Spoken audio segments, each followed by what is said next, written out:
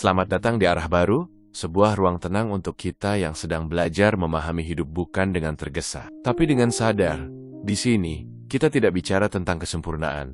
Kita bicara tentang proses, tentang bagaimana manusia, dengan segala luka dan keraguannya, tetap memilih untuk bangkit setiap hari, karena hidup. Seperti yang diajarkan para filsuf Stoik, bukan tentang mengendalikan apa yang terjadi, tapi tentang bagaimana kita meresponsnya. Kita tidak bisa memaksa dunia menjadi lembut pada kita, tapi kita bisa belajar untuk tetap tenang, meski dunia sedang kacau. Dan itulah yang akan kita pelajari bersama di sini. Bagaimana menjadi lebih kuat tanpa kehilangan ketenangan. Bagaimana tetap lembut tanpa kehilangan arah. Selamat datang di perjalanan ini. Selamat datang di Arah Baru, tempat di mana pikiran berhenti berlari dan hati mulai memahami. Awal tahun selalu datang dengan cara yang aneh. Bukan dengan ketenangan, tapi dengan kebisingan. Seolah-olah kalender yang berganti angka memberi izin pada dunia untuk berbicara lebih keras dari biasanya. Dimanapun kamu melihat, ada dorongan untuk bergerak cepat. Target baru, rencana baru, resolusi baru. Semua orang seperti berlomba-lomba menunjukkan bahwa mereka sudah siap, sudah melangkah, sudah lebih jauh dari kemarin. Dan tanpa sadar, kamu ikut terseret ke dalam arus itu. Pikiranmu mulai penuh sebelum tahun benar-benar dimulai. Belum apa-apa, kamu sudah merasa tertinggal. Bukan karena kamu tidak melakukan apa-apa, tapi karena terlalu banyak suara yang masuk sekaligus. Suara tentang apa yang seharusnya kamu capai, tentang siapa yang seharusnya kamu jadi, tentang bagaimana hidupmu seharusnya terlihat di mata orang lain. Inilah gangguan pertama di awal tahun. Bukan kemalasan, bukan kurangnya kemampuan, tapi ilusi bahwa kamu harus merespons segalanya. Dalam filsafat Stoikisme, ketenangan tidak dimulai dari menambah hal baru ke dalam hidup, tapi dari menyadari apa saja yang tidak perlu kamu bawa. Awal tahun justru sering membuat kita mengangkat terlalu banyak beban, sekaligus harapan orang lain, standar sosial, dan perbandingan yang tidak pernah kita minta. Kamu mulai bangun pagi dengan kepala penuh, bukan karena ada masalah nyata, tapi karena pikiranmu sudah sibuk membayangkan penilaian. Bagaimana jika aku tidak berkembang?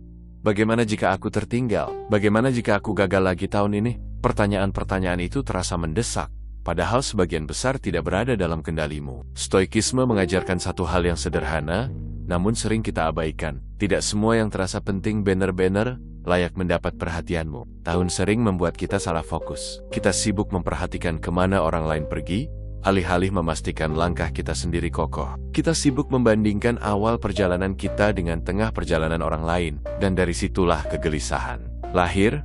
Gangguan tidak selalu datang dalam bentuk masalah besar. Seringkali ia datang sebagai hal-hal kecil yang terus menggerogoti perhatian, notifikasi, cerita keberhasilan orang lain, opini yang tidak diminta, dan dorongan halus untuk menjelaskan diri seolah hidupmu harus selalu memiliki pembenaran. Titik ini, banyak orang mengira solusi terbaik adalah bergerak lebih cepat, bekerja lebih keras, berbicara lebih banyak tentang rencana mereka. Padahal, yang sebenarnya dibutuhkan justru kebalikannya. Stoikisme tidak mengajakmu memulai tahun dengan kebisingan baru. Ia mengajakmu berhenti sejenak dan bertanya, apa yang benar-benar berada di bawah kendaliku hari ini?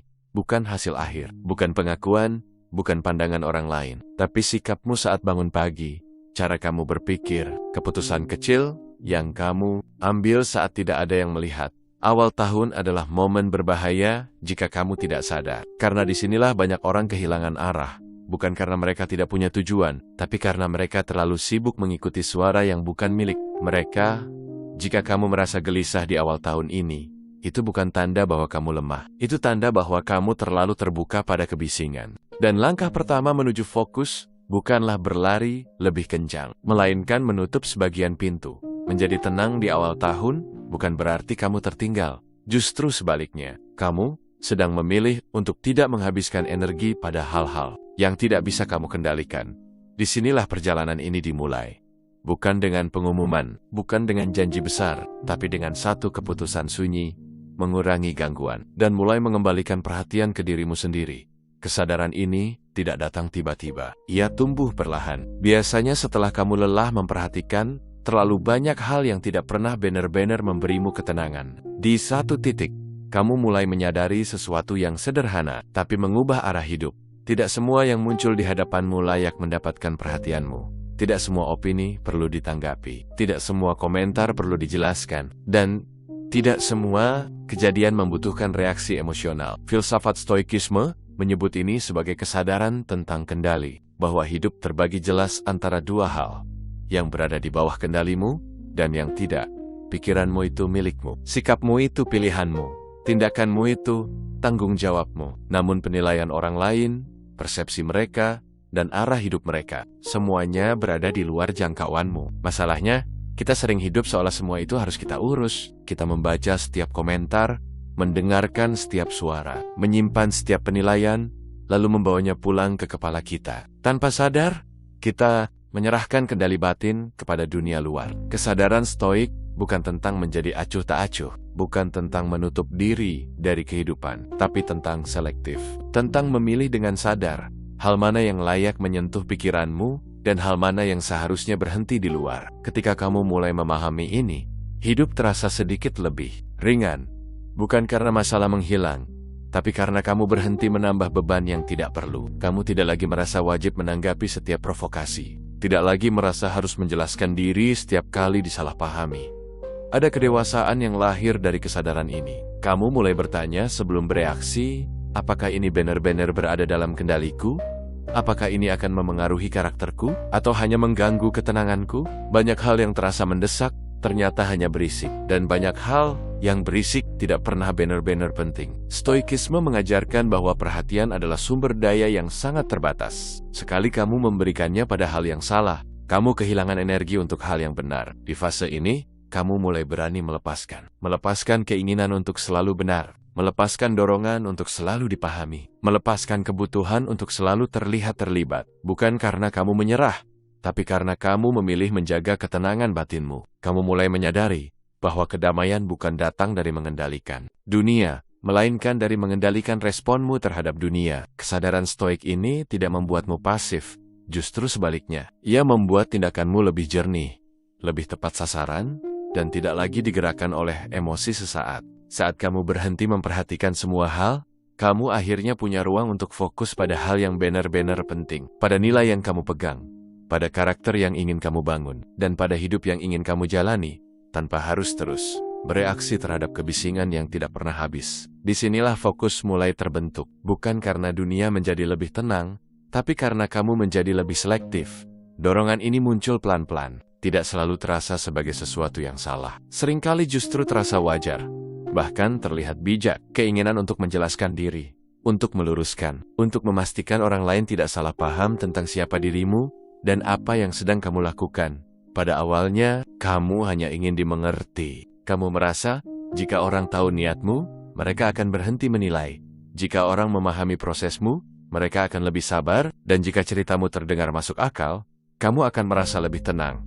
Namun stoikisme mengajak kita melihat dorongan ini lebih bukan untuk menyalahkan, tapi untuk memahami sumbernya. Keinginan menjelaskan diri seringkali bukan lahir dari kebutuhan nyata, melainkan dari kegelisahan batin. Ada ketakutan halus di baliknya, takut disalahpahami, takut diremehkan, takut dianggap gagal sebelum hasil benar-benar terlihat. Masalahnya, setiap kali kamu menjelaskan diri, kamu sedang menyerahkan sebagian kendali ketenanganmu. Kamu menggantungkan damai pada apakah orang lain menerima penjelasanmu atau tidak. Dan itu bukan wilayah yang bisa kamu atur. Stoikisme mengingatkan, hidupmu tidak pernah berkewajiban untuk bisa dipahami semua orang. Karaktermu tidak perlu pembelaan. Dan prosesmu tidak harus diumumkan sebelum waktunya. Semakin sering kamu menjelaskan, semakin besar peluang orang menilai, membandingkan, atau meragukan. Bukan karena niat mereka buruk, tetapi karena itulah sifat manusia. Setiap cerita yang kamu buka memberi ruang bagi opini yang tidak bisa kamu kendalikan. Ada ironi di sini. Kamu menjelaskan diri untuk merasa lebih tenang, namun justru menambah kebisingan di dalam kepala. Kamu menunggu respons, menafsirkan reaksi, dan tanpa sadar, pikiranmu sibuk dengan hal yang tidak pernah kamu niatkan. Stoikisme mengajarkan bentuk keberanian yang jarang dibicarakan. Berani tidak menjelaskan, berani membiarkan orang salah paham, sementara waktu. Berani percaya bahwa kebenaran, hidupmu tidak runtuh hanya karena tidak diceritakan. Ini bukan tentang menjadi dingin atau tertutup. Ini tentang disiplin batin, tentang menyadari bahwa tidak semua rasa tidak nyaman harus dihilangkan dengan kata-kata. Beberapa di antaranya justru perlu dilewati dengan diam. Ketika kamu menahan diri untuk tidak menjelaskan, kamu sedang melatih satu hal penting, kemandirian emosional. Kamu tidak lagi mencari kelegaan dari luar, tetapi membangunnya dari dalam. Pada titik ini, kamu mulai memahami sesuatu yang sederhana, namun kuat. Bahwa hidup yang tenang bukanlah hidup yang selalu dimengerti, melainkan hidup yang tetap berjalan, meski tidak dijelaskan. Dan dari sinilah perjalanan menuju diam yang berdaulat benar-benar dimulai. Pada titik tertentu, kamu berhenti menjelaskan, bukan karena kehabisan kata, bukan karena kalah, dan bukan karena tidak peduli. Kamu berhenti karena mulai menyadari satu hal penting. Diam bisa menjadi sebuah pilihan sadar. Selama ini, diam sering disalahpahami. Dianggap sebagai tanda takut, tanda menyerah, atau tanda tidak mampu membela diri. Padahal dalam pandangan stoikisme, diam justru bisa menjadi bentuk kendali diri yang paling jujur. Pelarian selalu berangkat dari ketakutan, sementara diam yang berdaulat lahir dari kesadaran. Kamu tahu apa yang ingin kamu katakan. Kamu mampu menjelaskannya, tetapi kamu memilih untuk tidak melakukannya. Bukan karena lemah, melainkan karena tidak semua situasi layak mendapat energimu. Stoikisme mengajarkan bahwa reaksi adalah pilihan, bukan kewajiban. Setiap komentar, provokasi, atau penilaian tidak otomatis menuntut jawaban. Kamulah yang memutuskan apakah itu akan masuk ke dalam pikiranmu atau berhenti di luar. Diam sebagai pilihan berarti kamu berhenti hidup secara reaktif. Kamu tidak lagi bergerak karena tersentak, tidak lagi berbicara karena terpancing, dan tidak lagi membela diri hanya karena egomu merasa terusik. Ada ketenangan yang muncul saat kamu berhenti merespons segalanya. Bukan karena dunia menjadi lebih sopan, tetapi karena kamu berhenti memberi akses pada hal-hal yang mengganggu. Kamu menyadari bahwa banyak konflik hanya hidup karena kita terus memberinya perhatian. Diam bukan berarti menyimpan kemarahan, bukan menekan emosi sampai membusuk di dalam. Diam yang stoik justru jujur pada diri sendiri. Kamu mengakui apa yang kamu rasakan, memprosesnya secara internal, lalu memilih tindakan yang selaras dengan nilai, bukan dengan dorongan sesaat. Ketika kamu memilih diam, kamu sedang menarik kembali kendali yang selama ini tercecer. Kamu tidak lagi menyerahkan ketenanganmu pada kata-kata orang lain. Kamu berhenti berharap dunia akan berubah, agar kamu bisa merasa damai. Ini adalah titik balik yang penting, karena sejak saat itu, hidup tidak lagi tentang membuktikan apapun kepada siapapun. Hidup menjadi tentang menjaga kejernihan pikiran dan keteguhan sikap. Diam sebagai pilihan membuatmu lebih peka. Kamu mendengar lebih banyak, melihat jelas, dan memahami bahwa banyak hal tidak membutuhkan respon, hanya membutuhkan jarak. Inilah bentuk kebebasan yang jarang disadari orang. Kebebasan untuk tidak bereaksi, kebebasan untuk tidak terlibat, kebebasan untuk tetap tenang meski dunia mengajakmu ribut. Dan sejak kamu memilih diam dengan sadar, hidup mulai berjalan dengan ritme yang berbeda, lebih pelan, lebih jujur, dan jauh lebih terkendali. Setelah kamu memilih diam, sesuatu mulai berubah, bukan di luar, tapi di dalam dirimu sendiri. Perhatian yang dulu tercecer kemana-mana, perlahan kembali pulang. Disinilah fase kerja sunyi dimulai. Tidak ada pengumuman, tidak ada cerita panjang, tidak ada kebutuhan untuk dilihat. Hanya kamu dan hal-hal kecil yang setiap hari kamu perbaiki. Fokus ke dalam berarti kamu berhenti menanyakan, bagaimana aku terlihat? Dan mulai bertanya, siapa aku saat tidak ada yang memperhatikan? Stoikisme selalu menekankan karakter di atas citra. Karena apa yang kamu lakukan dalam sunyi jauh lebih menentukan hidupmu daripada apa yang kamu tampilkan di hadapan orang lain. Kerja sunyi tidak terasa dramatis, tidak ada lonjakan instan, tidak ada validasi cepat. Yang ada hanya pengulangan sederhana yang seringkali membosankan, namun perlahan membentuk keteguhan. Kamu mulai merapikan pikiran, mengatur kebiasaan, menjaga reaksi, menyederhanakan hidup. Hal-hal yang tidak akan pernah viral, namun sangat menentukan arah hidupmu. Di fase ini, ego sering mencoba kembali berbicara. Ia bertanya, untuk apa semua ini kalau tidak ada yang tahu? Dan disitulah ujian sebenarnya muncul. Stoikisme menjawab dengan tenang, yang terpenting bukan siapa yang melihat, melainkan siapa yang kamu latih setiap hari. Karakter tidak dibangun oleh sorotan, tetapi oleh konsistensi. Kerja sunyi mengajarkan kesabaran yang dalam. Kamu belajar mempercayai proses tanpa perlu terus mengeceknya. Kamu berhenti menghitung berapa lama lagi hasil akan muncul, dan mulai fokus pada apa yang bisa kamu lakukan hari ini, dalam keheningan ini. Kamu mulai mengenali dirimu lebih jujur. Kelemahan terlihat tanpa perlu ditutupi. Kekuatan tumbuh tanpa perlu dibanggakan. Tidak ada tekanan untuk tampil sempurna, karena tidak ada penonton. Fokus ke dalam juga berarti kamu berhenti mengganggu pertumbuhanmu sendiri. Tidak terburu-buru memetik hasil, tidak memaksa perubahan terlihat. Kamu memberi waktu bagi dirimu untuk tumbuh dengan ritmenya sendiri. Ironisnya, justru di saat hidupmu paling tidak terlihat, fondasimu paling kuat. Dan ketika fondasi itu terbentuk, kamu tidak lagi membutuhkan pengakuan untuk merasa utuh. Kerja sunyi bukan fase sementara. Ia adalah cara hidup, sebuah pilihan untuk membangun diri tanpa bergantung pada tepuk tangan. Dan sejak kamu memilih fokus ke dalam, hidup tidak lagi terasa seperti panggung. Ia menjadi ruang latihan, tempat kamu menempa diri dengan tenang, konsisten, dan sepenuhnya. Berdaulat, kerja sunyi, tidak pernah benar-benar sepi. Cepat atau lambat, dunia akan mengetuk. Bukan untuk memberi tepuk tangan, melainkan untuk menguji. Di fase ini, perubahan di dalam dirimu mulai terasa, meski belum terlihat jelas di luar. Dan justru disitulah ujian muncul. Orang-orang mulai bertanya, mulai berspekulasi. Sebagian meragukan, sebagian lagi menilai tanpa benar-benar tahu. Kamu yang dulu banyak bicara, kini lebih diam. Kamu yang dulu menjelaskan, kini memilih bekerja. Perubahan ini tidak selalu diterima dengan tenang. Bagi sebagian orang, ketenanganmu terasa asing. Dan yang asing seringkali dianggap mencurigakan. Inilah momen ketika dunia mencoba menarikmu kembali. Menguji, apakah diam yang kamu pilih adalah keputusan atau hanya fase sementara. Komentar muncul, sindiran halus datang. Pertanyaan yang seolah peduli, namun menyimpan dorongan agar kamu kembali menjelaskan diri. Stoikisme mengajarkan bahwa ujian sejati tidak datang saat hidup tenang, melainkan saat prinsipmu digoda untuk dilanggar, saat egomu dipancing, saat kamu diberi kesempatan untuk membuktikan sesuatu, dan kamu memilih untuk tidak mengambilnya. Di titik ini, reaksi terasa sangat menggoda. Satu kalimat saja terasa cukup untuk meluruskan semuanya. Namun kamu mulai paham bahwa setiap penjelasan akan menyeretmu kembali ke lingkaran lama.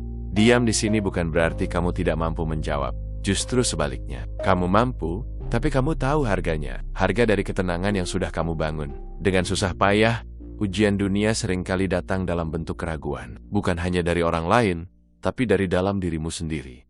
Ada suara yang bertanya, bagaimana jika mereka benar? Bagaimana jika aku salah jalan? Stoikisme tidak menolak keraguan. Ia mengajakmu menempatkannya pada posisi yang tepat. Bukan sebagai penentu arah, melainkan sebagai pengingat untuk kembali pada nilai dan kendali. Kamu kembali pada hal yang paling sederhana. Apa yang bisa aku kendalikan hari ini? Sikap, usaha, integritas, semua yang lain. Penilaian, kesalahpahaman, asumsi, kamu biarkan lewat. Di fase ini, ketenangan bukan lagi perasaan, melainkan latihan. Setiap kali kamu tidak bereaksi, kamu sedang memperkuat disiplin batinmu. Setiap kali kamu memilih tetap fokus, kamu sedang menegaskan arah hidupmu. Dunia mungkin tidak langsung mengerti, dan itu tidak masalah. Karena ujian ini bukan tentang mereka, melainkan tentang sejauh mana kamu setia pada keputusan yang sudah kamu ambil. Dan saat kamu berhasil melewati fase ini tanpa banyak kata, kamu menyadari satu hal penting.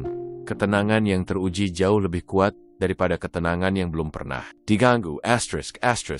Ada fase dalam perjalanan ini di mana kamu mulai menyadari sesuatu yang tidak banyak dibicarakan orang. Bahwa tidak terlihat, tidak dikenal, dan tidak dibicarakan, ternyata tidak semenakutkan yang dulu kamu bayangkan. Ketika kamu berhenti mengejar sorotan, hidup terasa lebih ringan. Tidak ada tekanan untuk tampil, tidak ada kewajiban untuk membuktikan. Dan perlahan, dari ruang yang sunyi itu, sebuah kekuatan mulai tumbuh. Stoikisme tidak pernah mengajarkan pencarian kemuliaan. Ia mengajarkan keteguhan karakter. Karena kekuatan sejati tidak membutuhkan saksi. Ia berdiri kokoh bahkan saat tidak ada yang melihat.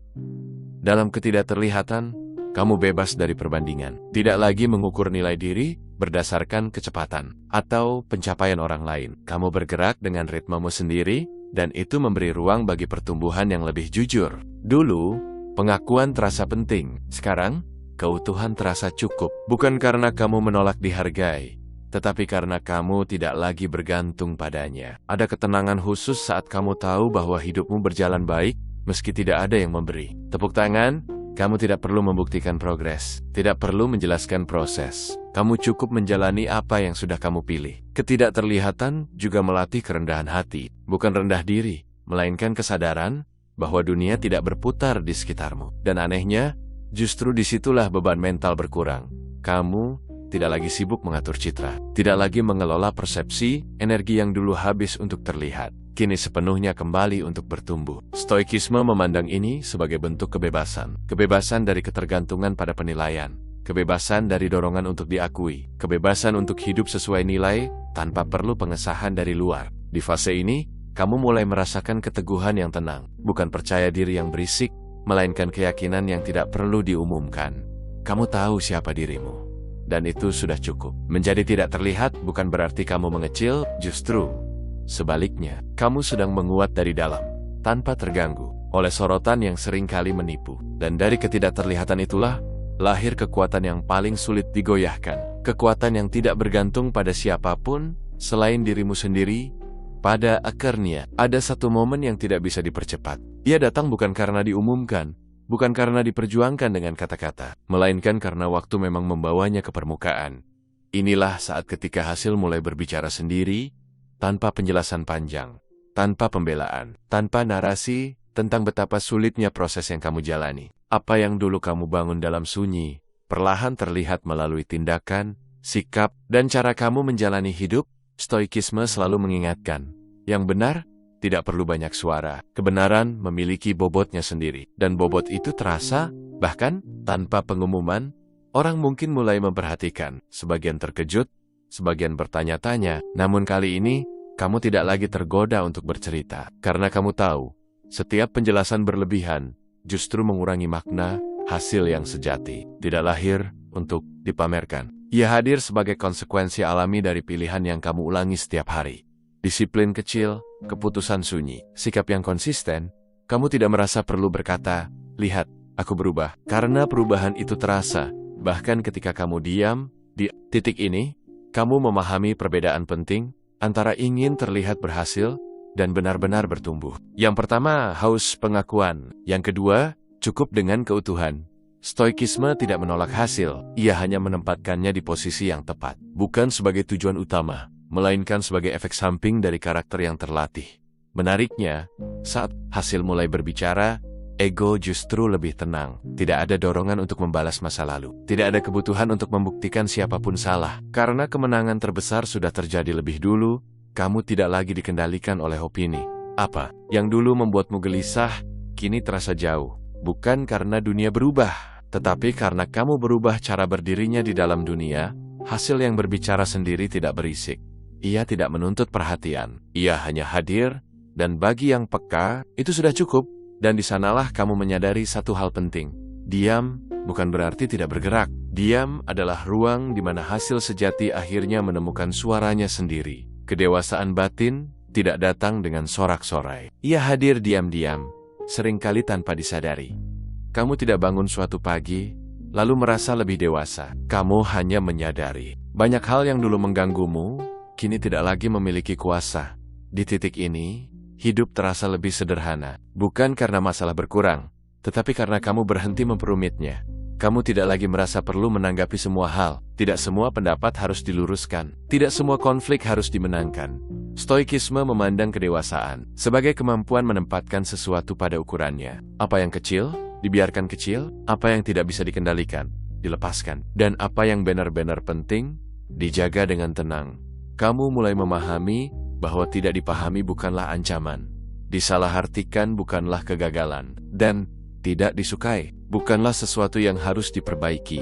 Dulu, ketenanganmu bergantung pada keadaan luar. Sekarang, ia berdiri dari dalam. Kamu tidak lagi menunggu dunia bersikap adil untuk bisa merasa damai. Kamu memilih damai terlepas dari bagaimana dunia bersikap.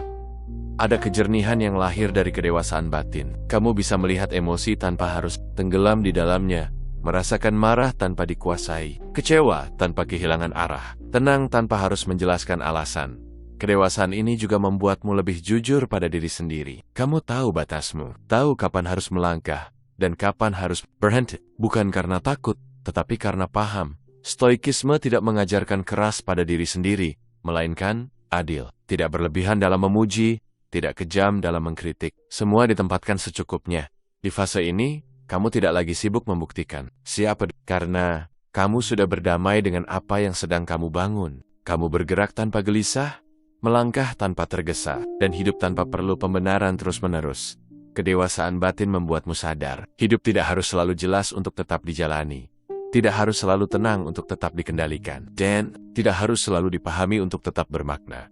Inilah ketenangan yang matang. Bukan ketenangan yang rapuh, tetapi ketenangan yang telah melewati banyak hal dan memilih tetap berdiri. Dan dari sinilah, perjalanan ini mendekati akhirnya. Bukan dengan kebisingan, melainkan dengan keutuhan. Perjalanan ini tidak berakhir dengan pengumuman besar. Tidak ada garis finish yang disorot lampu. Tidak ada tepuk tangan yang menandai keberhasilan. Ia berakhir dengan sesuatu yang jauh lebih tenang. Kamu sampai pada titik di mana hidup tidak lagi terasa seperti perlombaan. Bukan karena kamu berhenti bergerak, tetapi karena kamu berhenti membandingkan langkahmu dengan langkah orang lain. Tahun 2026 bukan lagi tentang seberapa cepat kamu terlihat maju, melainkan seberapa utuh kamu menjalani setiap hari. Fokus pada diri sendiri, kini bukan slogan. Ia telah menjadi kebiasaan. Kamu tahu apa yang menjadi tanggung jawabmu, dan apa yang memang bukan urusanmu. Pikiran, sikap, dan tindakan, itulah wilayah yang kamu jaga. Diam pun tidak lagi terasa asing. Ia bukan kekosongan, melainkan ruang. Ruang untuk berpikir jernih. Ruang untuk memilih dengan sadar. Ruang untuk hidup tanpa terus-menerus bereaksi. Stoikisme tidak menjanjikan hidup tanpa masalah. Ia hanya mengajarkan cara berdiri yang benar saat masalah datang. Dan sepanjang perjalanan ini, kamu telah melatih cara berdiri itu. Pelan, konsisten, tanpa banyak kata. Kini, kamu tidak lagi merasa perlu menjelaskan arah hidupmu. Bukan karena kamu menutup diri, tetapi karena kamu sudah percaya pada proses yang kamu jalani. Kamu membiarkan hidup berjalan, dan membiarkan hasil menemukan waktunya sendiri. Tahun ini mungkin tidak membuatmu paling terlihat. Mungkin juga tidak membuatmu paling dibicarakan. Namun, jika ada satu hal yang berubah dengan nyata, itu adalah cara kamu mengendalikan dirimu sendiri. Kamu tidak lagi menyerahkan ketenangan pada keadaan. Tidak lagi menggantungkan harga diri pada penilaian. Dan tidak lagi menghabiskan energi untuk hal-hal yang tidak bisa kamu kendalikan. Inilah peniatap. Perjalanan ke 2026 bukan akhir dari proses, melainkan awal dari cara hidup yang baru. Hidup yang lebih jujur, lebih terarah, dan lebih berdaulat. Jika suatu hari dunia kembali berisik, kamu tahu harus kemana kembali. Ke dalam, ke hal-hal yang bisa kamu kendalikan. Ke diam yang bukan kelemahan, melainkan kekuatan. Dan dengan itu, kamu melangkah ke hari-hari berikutnya, tanpa perlu banyak kata, karena hidupmu sendiri sudah cukup untuk berbicara.